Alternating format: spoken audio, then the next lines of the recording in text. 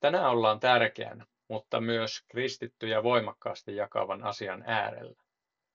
Raamattu alkaa sillä, miten Jumala loi alussa kaiken. Jumala loi valon, taivaan, vedet, maan, kasvit, puut, auringon, kuun, tähdet, vedessä olevia eläimiä, taivaalla lentäviä eläimiä, villieläimiä, karjaeläimiä, pikkueläimiä ja ihmisen. Luomiskertomus antaa kuvauksen siitä, miten kaikki on luotu Jumalan sanalla. Me ei voida sitä ymmärtää, mutta mulle se ainakin kertoo voimakkaalla tavalla Jumalan suuruudesta. Luominen on aihe, josta useat kristityt valitettavasti kiistelee todellakin voimakkaasti. Ja se on valitettavasti myös aihe, josta toisinaan kieltäydytään keskustelemassa tai ei saa olla niin kuin eri mieltä. Erimielisyydet koskee sitä, että miten kauan luominen kesti, eli minkä ikäinen maailma on. Siitä sitten lähtee keskustelut, että onko luomiskertomus vain kuvainnollista, onko se runollista tai onko se historiallinen kertomus tapahtumista. Mä haluan rohkaista teitä keskustelemaan myös tämä aihe äärellä, huolimatta eriävistä mielipiteistä. Ja sen vuoksi meillä onkin tulevana perjantaina tähän liittyen keskustelutilaisuus, missä saa tuoda kaikkea mielipiteitä ja kysymyksiä esiin. Mä itse olen 6 päivän luomisen kannalla, mutta mä en halua tänään julistaa, että teidän täytyy olla samaa mieltä mun kanssa, vaan enemmänkin nostaa näkökulmia Raamatusta esiin. Ja niiden pohjalta te voitte muodostaa asian suhteen oman mielipiteen. Sulla saattaa olla tiukkakin kiveen hakattu mielipide asiasta, mutta mä suosittelen olemaan avoin tämän asian suhteen, myös itses kanssa. Luomiskertomuksen suhteen, kuten kaikissa muissakin aiheissa, on syytä Raamatun edessä tutkiskella, että mikä on totuus. Ja se on varmaa, että on vain yksi totuus. Jumala loi maailman ainoastaan yhdellä tavalla. Mä itse ajattelin aiemmin luomisesta, että ei sillä ole merkitystä. Ajattelin, että Raamattu, kun se ei ole luonnontieteen kirja, eikä ole merkitystä, onko luominen tapahtunut 6 päivässä tai sitä kauemmassa ajassa. Ei se ole pelastuskysymys. Ja voi olla, että sä oot samaa mieltä tässä, sillä suuri osa kristityistä nimittäin ajattelee näin. Heillä saattaa olla joku mielipide asiasta, mutta eivät ole asiaa sen enempää perehtynyt, koska sillä ei heidän mielestä ole väliä. Mutta asia ei ole ihan niin yksinkertainen. Se on totta, että Raamattu ei ole luonnontieteen kirja, mutta siitä huolimatta luomiskertomus on äärimmäisen tärkeä perusta Raamatulle. Ja kun se kerran on äärimmäisen tärkeä perusta Raamatulle, niin ei ole yhden tekevää, miten me sitä luetaan tai miten me sitä ymmärretään. Mä haluan painottaa tätä, sillä mikäli sä et mitään muuta tästä saarnasta muista, niin muista se, että tämä aihe on valtavan tärkeä. Mä väitänkin, että ensimmäinen Mooseksen kirja, luvut 1-3, eli luomiskertomus ja syntiinlankeemus, antaa suunnan koko Raamatulle. Luomiskertomuksessa kerrotaan, miten maailma on luotu, ja erityisesti teksti pysähtyy siihen, miten ihminen on luotu Jumalan kuvaksi. Jumalan kuva aiheesta mä pidän saarnan parin viikon päästä, että siihen emme tällä kertaa sen enempää. Luomiskertomuksessa kerrotaan myös se, että miten Jumala loi kaiken ja totesi kaiken luodun olevan erittäin hyvää. Ja heti luomiskertomuksen jälkeen kerrotaan syy, miksi kaikki ei enää ole erittäin hyvää. Sillä syntiin lankeemuksen vuoksi tänä päivänä on paljon kärsimystä, sairauksia ja ruoan saaminen pöytään vaatii kovan työn. Jumala kuitenkin armossaan antoi samalla tiedon, että hänellä on suunnitelma syntien sovituksesta ja siitä, miten Jumalan herruus palautetaan. Tämä kaikki Raamatun 3 ensimmäisessä luvussa. Luominen, syntiinlankeemus ja suunnitelma siitä kaiken ennallistamisesta. Joten ei todellakaan ole kyse mistään vähäpätöisestä asiasta. Asia ei kuitenkaan jää tähän, sillä mikäli luomiskertomuksen eli ensimmäinen Mooseksen kirja 1 ajatellaan olevan jotain muuta kuin 6 päivän mittainen, niin myös Nooan aikana tapahtunut vedenpaisumus on oltava jotain muuta kuin maailmanlaajuinen. Tämä johtuu siitä, että kaikki muut tulkinnat perustuu siihen, että eri puolilta maailmaa löytyvät fossiilit on jäänyt miljoonien vuosien ajan maakerrostumien alle. Ja tämä ei ole millään tavalla mahdollista, jos sen jälkeen on ollut maailmanlaajuinen vedenpaisumus, koska vedenpaisumus olisi sekoittanut kaikki nämä kerrokset. Eli käytännössä, mikäli sä ajattelet luomisen tapahtuneen 6 päivässä, sä uskot myös vedenpaisumukseen olleen maailmanlaajuinen.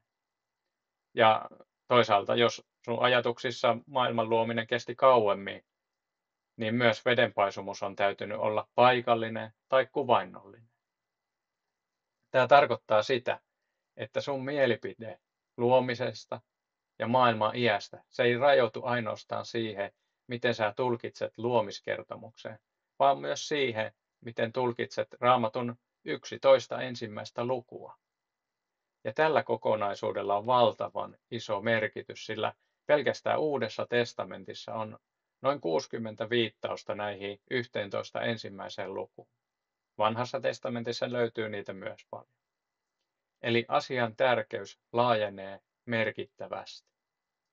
Eli kuten mä jo alussa totesin, niin olit mitä tahansa mieltä luomisesta, niin sitä mieltä et voi olla, ettei asialla olisi merkitystä. Aiheella on äärimmäisen tärkeä merkitys. Luomisesta on kuitenkin siis kristityillä useita eri tulkintoja. Nuoremman kreationismi on tulkinta, jossa luomisen ajatellaan kestävän 6 päivää, ja siten maailma on luotu noin 6000 vuotta sitten. Tämä aika lasketaan Raamatussa olevista vuosista, joita löytyy Israelin historian vaiheista ja sukuluetteloista. Muut tulkinnat viittaa siihen, että maailma on paljon tätä vanhempi, jopa miljardeja vuosia vanha, ja tulkintalinjasta riippuen Jumala ajatellaan luoneen kaikkea joko evoluution avulla tai vaiheittaisesti evoluutiopuun mukaisesti. Tämä siis hyvin karkeasti jaoteltuna. Mä en tänään käy asioita läpi luonnontieteen kautta, koska siihen liittyen meillä on se tulevana perjantaina keskustelutilaisuus, jossa sä pääset kysymään mieltä askarruttavia kysymyksiä.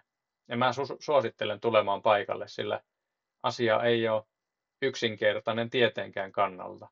Ja yleensähän me nähdään, että kaikki luonto-ohjelmat, koulujen oppikirjat ja muut puhuu evoluutiosta. Niin perjantaina meillä on siellä paneelikeskustelu, johon säkin voit antaa sitten kysymyksiä ja mielipiteitä.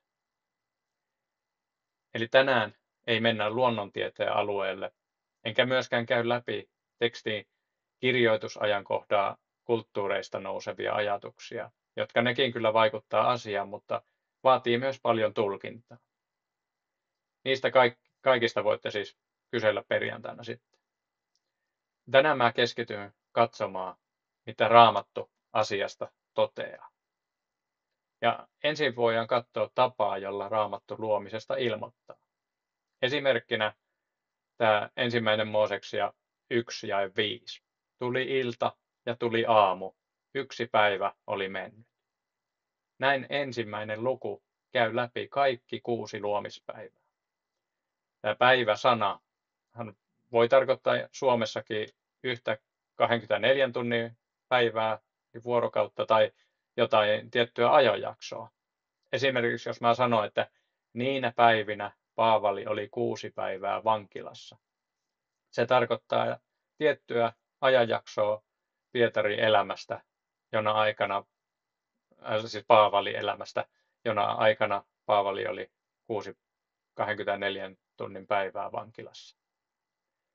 Eli päiväsana voi tarkoittaa pidempää ajanjaksoa, mutta silloin kun siihen lisätään numero, lukusana tai sitten joku päivän ajankohtaa kuvaava sana, kuten aamu tai ilta, niin se tarkoittaa Raamatussa aina 24 tunnin päivää.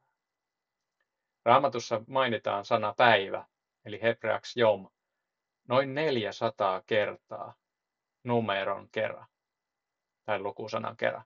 Ja jokaisessa kohdassa se tarkoittaa 24 tunnin päivää. Eli 400 kertaa suunnilleen se mainitaan numeron kerran, ja jokaisessa kohdassa se tarkoittaa 24 tunnin päivää. Ja Raamatussa mainitaan myös sana päivä yhdessä sanan aamu tai ilta kanssa 23 kertaa, ja se tarkoittaa aina 24 tunnin päivää. Ja jos me nyt mietitään luomiskertomusta, siinä löytyy jokaisen luomispäivän kohdalla se lukusana ja päivän ajankohtaa kuvaava sana. Esimerkiksi tuli ilta ja tuli aamu, yksi päivä oli mennyt. Joten se antaa vahvan todisteen 24 tunnin luomispäivistä. Luomiskertomuksen päätteeksi luku 2 ja jae 4. Siinä todetaan puolestaan yhteenvedonomaisesti, että siihen aikaan tai niinä päivinä, kun Herra Jumala teki maan ja taivaan. Siinä ei ole numeroita tai päivän ajankohtaa kuvaavaa sanaa, ja siitä näkee heti, että kyse on yhteenvetona kuvatusta luomisen ajanjaksosta. Samanlainen tapaus löytyy 4. Mooses luku 7, jossa kuvataan tapahtumia samalla tavalla. Ensin päivä kerrallaan, ensimmäisenä päivänä ja niin poispäin, aina 12 päivää asti. Ja sen jälkeen yhteenvetona todetaan siihen aikaan tai niinä päivinä. Kukaan ei kiistele, etteikö tässä 4. luvussa puhuta ihan normaaleista päivistä, vaikka kiistelyä on sitten ensimmäisen Mooseksen kirja ensimmäisestä luvusta, eli luomiskertomuksesta. Luomiskertomuksen hebreankielinen kirjoitustapa viittaa muutenkin historialliseen kerrontatapaan, mutta siihen en nyt tässä ehdi paneutua enempää. Mutta katsotaan sen sijaan, miten muualla Raamatussa puhutaan luomiseen liittyen. 2. Mooseksen kirja, luku 20, jae 1-7. No ensin siinä jakeessa 1 sanotaan näin. Sitten Jumala puhui kaikki nämä sanat. Eli puhujana on Jumala. Ja Jumalan puhe jatkuu tässä aina jakeeseen 17 saakka. Jakeessa 11 Jumala sanoo, sillä 6. päivänä Herra teki taivaan ja maan ja meren ja kaikki, mitä niissä on. Eli tässä kohtaa Raamattu siis kertoo Jumalan sanoneen, että kaikki on luotu 6 päivässä. Matteus 19 ja 4. Siellä Jeesus sanoo, että luoja jo alussa loi heidät mieheksi ja naiseksi. Eli Jeesuksen sanojen mukaan ihminen on luotu alussa. Ja silloin ihmisen luomista ennen ei millään tavalla mahdu miljoonia tai miljardeja vuosia, koska eihän silloin ihmistä ole luotu alussa, jos siellä on ekaksi ollut miljardeja vuosia, vaan enemmänkin lopussa. Eli Jeesus tuo itse esiin sen, että kaiken luominen tapahtuu tiiviissä tahdissa, ja se sisälsi myös ihmisen luomisen alussa. Eli Raamattu kuvaa Jumalan itse sanomaa ja Jeesuksen, joka myös on Jumala yksi persoonista, maailman luoja, sanoo, että maailma luotiin 6 päivässä. Tähän mennessä näyttää siis siltä, että jos me ei 6 päivän luomiseen uskota, niin meidän täytyy alkaa selittelee, että miksi luoja näin sanoo, koska Jumala ei valehtele. Luomiskertomuksen jälkeen Ensimmäinen Mooseksen kirja, luku 3. Se kuvaa syntiin lankeemusta, eli sitä, miten synti sai alkunsa. Tähän liittyen myös Paavali kirjoittaa roomalaiskirjeessä. Roomalaiskirje luku 5, jakeet 12-21. Ensin jae 12. Samoin kuin yhden ihmisen kautta synti tuli maailmaan ja synnin kautta kuolema, niin myös kuolema on tullut kaikkien ihmisten osaksi, koska kaikki ovat tehneet syntiä. Ja jae 18. Niin kuin siis yhden ihmisen rikkomus on koitunut kaikille ihmisille kadotustuomioksi, niin myös yhden ihmisen vanhurskas teko koituu kaikille ihmisille elämän vanhurskauttamiseksi. Tämä kohta, kuten myös esimerkiksi korintolaiskirjeessä Paavali sanoo synnin tulleen yhden ihmisen kautta. Paavali puhuu Aadamista historiallisena henkilönä, ja kuten synti tuli yhden todellisen ja historiallisen ihmisen kautta maailmaa, täytyy myös pelastus tulla todellisen ihmisen Jeesuksen kautta maailmaan. Jos me ajatellaan, että syntiin lankeemus olisi vain kuvannollinen tai ainoastaan hengellinen lankeemus, niin miksi Jeesuksen sovituksen piti olla todellinen ja ruumiillinen, jossa Jeesus kärsi valtavat kivut siinä sovitustyössä ristillä? Uusi testamentti kuvaa useita Raamatun 11 ensimmäiseen luvun henkilöitä todellisina henkilöinä. Siellä Uudessa testamentissa mainitaan Aadam, Heenok, Noa ja niin edelleen.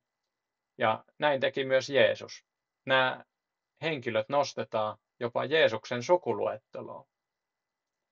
Voiko sun mielestä kyse olla vain kuvannollisesta kertomuksesta? Vai onko kuitenkin kyse historiallisista henkilöistä ja historiallisista tilanteista? Jos mietitään vaikka vedenpaisumusta, niin näyttäisi, että Jeesus ja muutkin Uuden testamentin henkilöt kuvaa ja viittaa siihen ihan todellisena tapahtumana. Jeesus sanoo, että vedenpaisumuksessa hukkui kaikki, paitsi arkissa olevat, ja viittaa muutenkin opetuksissaan vedenpaisumukseen. Ja Pietari kuvaa myös vedenpaisumusta ja sanoo vain 8 ihmisen selvinneen siitä. Jos me luetaan Mooseksen kirjasta kertomusta vedenpaisumuksesta, niin siinä kerrotaan tai sanotaan noin 50 kertaa sana kaikki, jolla kuvataan sitä, että todellakin kaikki arkkia lukuun ottamatta tuhoutui vedenpaisumuksessa. Näiden perusteella on vaikea kuvitella ainoastaan paikallista tulvaa, ja kuten mä jo alussa totesin, niin ainoastaan 6 päivän luominen antaa mahdollisuuden siihen maailmanlaajuiseen tulvaan. Paikallinen tulva on myös ristiriidassa sen kanssa, että Jumala lupasi, ettei enää tapahdu vedenpaisumusta. Jos kyseessä olisi ollut pelkkä paikallinen tulva, niin niitähän on maailmassa riittänyt aina tähän päiviin saakka. Tässä on tähän mennessä ollut muutamia Raamatun kohtia, jotka näyttäisi mun mielestä puoltavan hyvin vahvasti 6 päivän luomista. Tässä ei toki ollut vielä kaikkea, ja niitä on todella paljon, mutta mä en käynyt niitä kaikkia tässä läpi. Katsotaan sen sijaan, että löytyykö Raamatusta todisteita muiden kuin 6 päivän luomisen puolesta. Tähän listaan kuuluu siis kaikki eri mallit, jotka äsken oli mainittu, jossa maailma uskotaan olevan satoja tuhansia, miljoonia tai miljardeja vuosia vanha. Onko Raamatussa näitä puoltavia ajatusmalleja? Ei ole. Se lista on lyhyt, koska niitä ei löydy. Kukaan ei pelkästään Raamattua lukemalla tule siihen johtopäätökseen, että maailma on miljardeja vuosia vanha, vaan perusteet siihen löytyy ihan jostain muualta. Vuosituhansien ajan ja varsinkin valistusajalla 1600-1700-luvulla usko haluttiin korvata järjellä, eli tieteen tulkinnoilla haluttiin kumota Raamattu. Näistä tieteen tulkinnoista, joiden taustalla on evoluutioteoria, näistä on tullut lopulta yleinen mielipide, jota ei saa kiistää. Evoluutioteoria on ainoa mielipide, jota esimerkiksi kouluissa saa opettaa. Ja tätä vastaahan on nyt meneillään kansalaisaloite, jossa haluttaisiin laajentaa muitakin teorioita opetukseen. Näiden yleisten tieteen tulkintojen vuoksi myös useat uskovat kristityt muuttaa ajatusmallia ja yrittää mahduttaa ajatuksia Raamattuun. Ajatukset ei siis nouse Raamatun teksteistä, näistä ajatukset miljardeista vuosista, vaan siitä, mitä yleinen mielipide ja tiede sanoo. Siinä nostetaan luonnontiede Raamatun yläpuolelle. Eli tiede, joka ei voi todistaa menneitä asioita. Se ei ole toistettavaa tiedettä, mutta silti sen pohjalta tulkitaan Raamattua. Eikä pelkästään luomiskertomusta, vaan Raamatun 11 ensimmäistä lukua, sekä myös niitä yli 60 muuta kohtaa, joihin kuuluu myös Jumalan oma todistus 6 päivän luomisesta. Ongelmia tulee jo pelkästään siinä, kun muut kuin 24 tunnin päivän luominen kyseenalaistaa Jumalan hyvyyden. Jos mä palaan siihen Paavalin tekstiin, Roomalaiskirje 5, niin siinä Paavali toteaa, että synti tuli yhden ihmisen kautta. Ja Paavali toteaa, että synnin kautta tuli kuolema. Myös ensimmäinen korintolaiskirje, luku 15, jae 26, puolestaan toteaa, että vihollisista viimeisenä kukistetaan kuolema. Maapallolla on valtavat määrät erilaisia fossiileja, aina hyttysten fossiileista valtavan kokoisiin dinosaurusten fossiileihin saakka. Niitä on miljoonittain. Ja jos ne kertoo meille miljoonista vuosista, niin miten tämän voi yhdistää näihin Paavalin jakeisiin? Se tarkoittaa satoja miljoonia vuosia kuolemaa, sairauksia, kärsimystä ja niin edelleen. Se tarkoittaa sitä, että Jumala loi maailmaa, joka on täynnä tätä kaikkea. Jumala sanoo luomistyön jälkeen kaiken olevan erittäin hyvää. Niin onko kuolema, sairaudet, kärsimykset erittäin hyvää? Sisältääkö Raamattu ilmoittama uusi taivas ja uusi maa myös kaikkea tätä? Kun Jumala sanoo, että laittaa kaiken ennalleen. Onko se ennalleen se, että on edelleen sairauksia ja kärsimystä? Jos Jumala loi kaiken kuoleman avulla, niin miksi kuolema on vihollinen? Tuossa kuvassa näkyy Edenin puutarhasta kuvaa tai piirustus, että oliko se näin, että jos Jumala loi kaiken hyväksi, niin siellä alla oli merkkejä, paljon fossiileja, jotka kertoo kuolemasta, kärsimyksestä ja sairauksista. Raamattuhan kuvaa tämän kaiken olevan synnistä johtuvaa. Niin jos syntiä on aina ollut, niin kysymys kuuluu, miksi Jeesus kuoli ristillä? Tai kuten mä jo aiemmin totesin, että jos luomiskertomus ja syntilankemus kuvaa pelkästään kuvainnollista tapahtumaa, niin miksi Jeesuksen täytyy kuolla oikeasti? Mä mainitsin alussa, että mä en halua olla käännyttämässä teitä tiettyyn ajatusmalliin, vaan herättämässä ajattelemaan asiaa Raamatun pohjalta. Mä oon edelleen samaa mieltä, vaikka mun oma mielipide on tässä tullutkin vahvasti esille. Mun oma mielipide tulee vahvasti esille sen vuoksi. Mä oon tutkinut asiaa monien vuosien ajan. Mä oon lukenut monta aiheeseen liittyvää kirjaa, jotka on puoltanut 6 päivän luomista tai olleet voimakkaasti sitä vastaan. Mä oon keskustellut asiasta eri mieltä olevien teologien, tohtoreiden, maistereiden ja muiden kanssa.